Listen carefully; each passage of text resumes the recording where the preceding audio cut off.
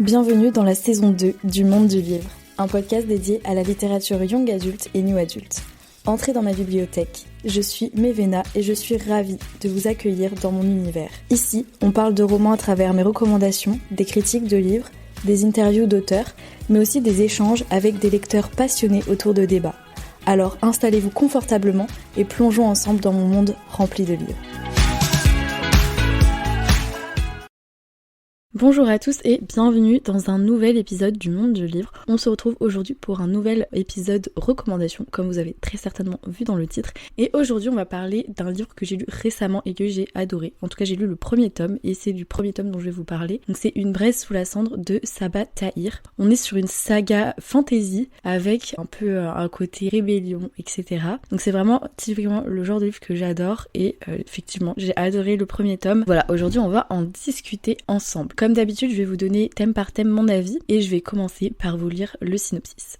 Dans un monde où l'armée a pris le pouvoir, l'obscurantisme domine, mais deux adolescents vont s'unir pour tenter de renverser ceux qui ont imposé ce règne de force. Je vais te dire ce que je dis à chaque esclave qui arrive à Blackcliff. La résistance a tenté de pénétrer dans l'école un nombre incalculable de fois. Si tu travailles pour elle, si tu contactes ses membres, même si tu y songes, je le saurai et je t'écraserai. Autrefois, l'Empire était partagé entre les érudits, cultivés, gardiens du savoir, et les martiaux, armée redoutable, brutale, dévouée à l'empereur. Mais les soldats ont pris le dessus, et désormais quiconque est surpris en train de lire ou d'écrire s'expose au pire châtiment. Mais dans ce monde sans merci, Laïa, une esclave, et Elias, un soldat d'élite, vont tenter de retrouver la liberté et sauver ceux qu'ils aiment. Donc voilà, alors je vais maintenant vous donner mon avis thème par thème et on va commencer tout de suite par le style d'écriture. Alors le style d'écriture, honnêtement, on est sur un style d'écriture typique qu'on voit en fantasy et dans les romans page-turner avec beaucoup d'action. On est sur un style d'écriture qui est très immersif. Alors la petite particularité du livre, enfin moi je trouve que c'est un petit peu particulier, même s'il y a beaucoup de livres qui le font, c'est qu'on suit les deux personnages en même temps, c'est-à-dire qu'on a le point de vue de Laïa et ensuite le point de vue de Elias, et au début on se dit que les deux ont rien à voir, on a l'impression de suivre leurs deux histoires complètement différentes, et finalement forcément qu'à un moment donné ils se rencontrent, donc voilà, on suit différents points de vue. Donc le premier tome, c'est surtout Laïa et Elias. Dans les autres tomes, il y aura d'autres personnages qui vont venir donner également leur point de vue. On est sur un point de vue qui est interne, avec beaucoup d'action, beaucoup de dialogue, un style d'écriture dans lequel on rentre très facilement. Voilà, on a l'impression d'être dans un film. Maintenant, je vais vous parler un peu plus des personnages. Alors, comme personnages principaux, on a Laïa et Elias, surtout pour le premier tome. Alors, Laïa, au début, elle est plutôt peureuse. Voilà, déjà, le roman commence, elle s'enfuit d'une situation. J'essaie de pas trop vous spoiler, parce que c'est pas dit dans le synopsis, ça, donc je ne vous le dirai pas, mais voilà, elle essaye de s'enfuir, et elle se déteste pour ça. Elle se dit à elle-même qu'elle est lâche et elle veut changer. Voilà, on est sur un personnage qui est très certainement voué à évoluer au fil des tomes. Et ensuite, on a Elias. Donc lui, c'est un soldat d'élite, ça veut dire que depuis sa tendre enfance, il a été éduqué pour être un masque. Les masques, donc, c'est vraiment les soldats d'élite de ce royaume qui sont capables de tuer vraiment à une vitesse folle. Et voilà, donc il a vraiment été éduqué pour ça. Il est dans cette école depuis qu'il a 6 ans. Et là, donc il est en train d'achever sa formation pour être un masque. Alors on est sur deux personnages qui sont un peu opposés au début, puisque Laïa, elle se présente plutôt comme quelqu'un de peureuse, de lâche, qui a envie de changer. Et Elias, lui, c'est censé être un soldat d'élite, un masque. Il est censé devoir tuer des innocents, entre guillemets. Mais on comprend que, contrairement à d'autres masques qui, eux, sont vraiment presque robotiques et le font sans état d'âme, lui, il a quand même une certaine sensibilité et il tue pas pour le simple plaisir. On sent quand même qu'il a cette sensibilité à prendre en considération la vie des autres, malgré le fait qu'il est censé tuer des gens pour l'Empire. Et bien sûr, les deux personnages évoluent au fur et à mesure du roman. Voilà, les personnages, je les ai adorés. Parce que Laïa, donc, c'est dit dans le synopsis, donc je vous spoil pas, mais elle va se faire passer pour une esclave. Donc elle va devoir subir des tortures et des traitements vraiment difficiles. Elle se fait vraiment passer pour une esclave auprès, en plus, de la commandante. Donc c'est vraiment une personne qui est réputée pour être très cruelle. Donc voilà, elle va en vivre des choses. Ensuite, on va passer à l'intrigue. Alors l'intrigue du premier tome, on sent tout de suite que c'est une intrigue introductive. Parce que au début on suit les deux personnages, mais il n'y a pas vraiment, vous voyez, un objectif précis aux deux. Je pense qu'on est vraiment sur un tome introductif, et au fur et à mesure des tomes, je pense qu'il va y avoir de plus en plus de rébellion, et l'idée, je suppose, je ne sais pas encore parce que j'ai tout juste commencé le tome 2, ça va sans doute être de renverser ce système qui est assez oppressant. Donc on est plutôt sur une intrigue de rébellion, je pense, même si l'intrigue du tome 1 n'est pas du tout celle-là, parce que pour l'instant, Laïa, son objectif, ça va plutôt être de sauver son frère, et Elias de survivre à des épreuves, voilà. Je ne vous en dis pas plus. On est vraiment sur une intrigue plus introductive pour ce tome 1. Donc maintenant on va parler des thèmes. Alors les thèmes abordés dans ce roman, alors on a évidemment la dictature parce qu'on est plutôt sur une dictature, on a l'amitié, le côté moral aussi, parce que, surtout quand on est du point de vue de Elias, il est censé tuer des gens, etc. Mais on sent bien que lui il n'est pas complètement ok avec le fait de faire souffrir et de tuer des gens. Donc voilà, je pense que ça interroge aussi sur l'aspect moral. Également on a un aspect rébellion. On est vraiment dans un livre un peu à la Hunger Games, vous voyez, où déjà le titre c'est Une braise sous la cendre. Je pense que c'est assez explicite comme titre, on comprend qu'il y a un espoir et voilà, je sais pas, moi ça me fait penser vraiment au titre de Hunger Games, l'embrasement quoi.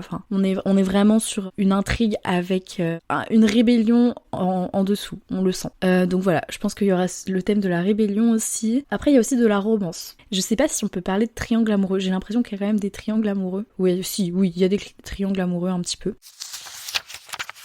Alors maintenant, je vais parler un peu plus de l'originalité du livre par rapport à d'autres œuvres. Pour moi, l'originalité du livre, il réside plus dans les personnages peut-être parce que, en fait, ce que j'ai bien aimé avec Laïa, c'est qu'on n'est pas sur une héroïne de fantasy directement qui est hyper badass, hyper forte. Elle est peureuse, elle a super peur au début, elle est un peu en train de se demander ce qui se passe, mais en fait elle se fait violence et voilà, elle essaye d'avancer malgré tout. Donc je pense que ça fait partie d'une des originalités du livre. Ensuite, une autre originalité, je pense que la plus grosse originalité du livre, ça réside dans le fait que c'est une fantasy, mais que la magie n'a pas du tout une place centrale. On est plutôt sur une intrigue vraiment presque de dystopie en fait, un peu à la Hunger Games, Divergente, etc. où le but c'est de renverser le système un peu. Donc moi je trouve que c'est quelque chose d'assez original dans le sens où j'ai l'impression de lire une dystopie, mais on est dans un univers de fantasy qui n'existe pas, avec de la magie. Je sais qu'il y en a d'autres qui existent des comme ça, mais moi j'ai plus l'habitude de lire soit des fantaisies où la magie est centrale, où il y a voilà quelque chose d'obscur à combattre. Je crois qu'il y a ça en vérité dans cette saga, mais dans le tome 1 on n'y est pas encore, mais j'ai la sensation qu'il y a quand même un truc obscur de magie derrière tout ça. Mais c'est vrai que je trouve que la magie n'est pas non plus centrale. Elle a une place dans ce livre, mais elle n'est pas centrale. On est plus sur, je dirais, de la tyrannie et le fait de vouloir renverser la tyrannie, tout simplement. Maintenant, je vais passer aux forces et faiblesses du roman. Alors, pour moi, ces forces, c'est que vraiment, il y a beaucoup d'action. Voilà, j'ai adoré le fait qu'il y ait beaucoup d'action. Honnêtement, je me suis pas du tout ennuyée, mais je comprends que des fois, il y ait des moments où les lecteurs puissent s'ennuyer.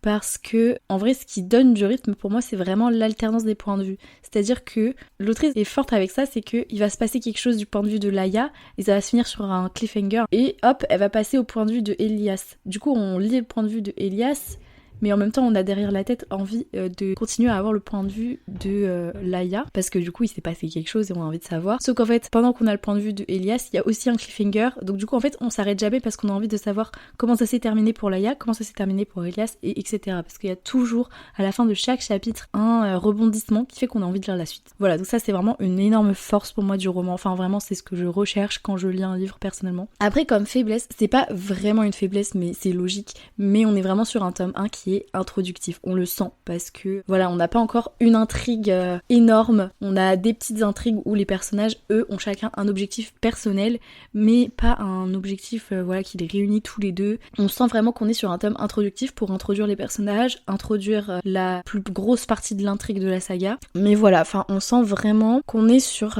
un début d'intrigue, mais ça en fait pas du tout un mauvais roman, au contraire, du coup ça plante vraiment bien le décor et il y a quand même de l'action. C'est juste que au début, enfin moi je sais qu'au début je comprenais pas pourquoi il y avait deux points de vue de personnages. Après je me suis dit bah c'est sûr qu'à un moment ils vont se rencontrer, et j'ai trouvé que c'était un peu tardif presque dans l'histoire. Au début ça peut perturber parce qu'on a l'impression de lire deux histoires complètement différentes et on se demande même si c'était pas, enfin moi au début je me suis demandé si c'était bien dans le même monde, parce que au début j'avais l'impression de lire deux livres différents. Je pense que c'était juste moi qui étais fatiguée au moment où je l'ai lu, parce que quand j'y repense je pense que c'était très logique. Voilà, personnellement je vous recommande vraiment ce livre. Après là j'ai pu vous parler que du tome 1.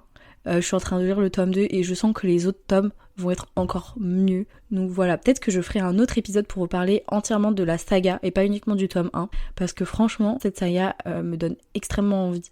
Déjà ça fait un petit moment que j'avais envie de lire Une braise sous la cendre parce que je savais que ça allait me plaire et ça me plaît. Vraiment ça me plaît. J'essaierai de vous parler un petit peu plus de la saga, peut-être dans un autre épisode, de la saga entière, parce que je pense que parler que du tome 1 c'est un peu compliqué, en sachant que du coup je pense que c'est vraiment un tome introductif, il faut que je lise la suite. Là je suis en train de lire le tome 2 et je peux vous dire que déjà le début du tome 2 me paraît supérieur au tome 1, donc je pense que ça va aller crescendo et que voilà, au fur et à mesure les tomes, il y aura de plus en plus d'action, de plus en plus de développement. Je vous tiens au courant en tout cas pour cette saga. N'hésitez pas à me dire vous si jamais vous l'avez lu, si jamais ça vous donne envie, si vous êtes tenté de le lire. En tout cas, moi j'ai vraiment apprécié ce livre. C'est vraiment typiquement le genre de livre que j'adore. Déjà de la fantaisie, le fait qu'il y ait une rébellion. Déjà ces deux paramètres-là font que j'étais obligée d'aimer le livre, mais ça peut très bien ne pas être votre style, je comprendrai. N'hésitez pas à me dire ce que vous avez pensé de ce livre en commentaire Spotify ou en message Instagram, voilà, je réponds. Moi j'adore avoir vos petits retours sur les épisodes. Je pense que cet épisode risque d'être plus court que d'autres recommandations que j'ai faites parce que c'est assez difficile de donner mon avis sur ce premier tome sans spoiler, je dois vous avouer. Enfin bref, c'est déjà la fin de cet épisode. J'espère qu'il vous aura plu et que ça vous aura donné envie soit de lire, soit de relire ce livre. Et moi je vous dis à la semaine prochaine pour un nouvel épisode et n'hésitez pas à donner vos avis en commentaire Spotify.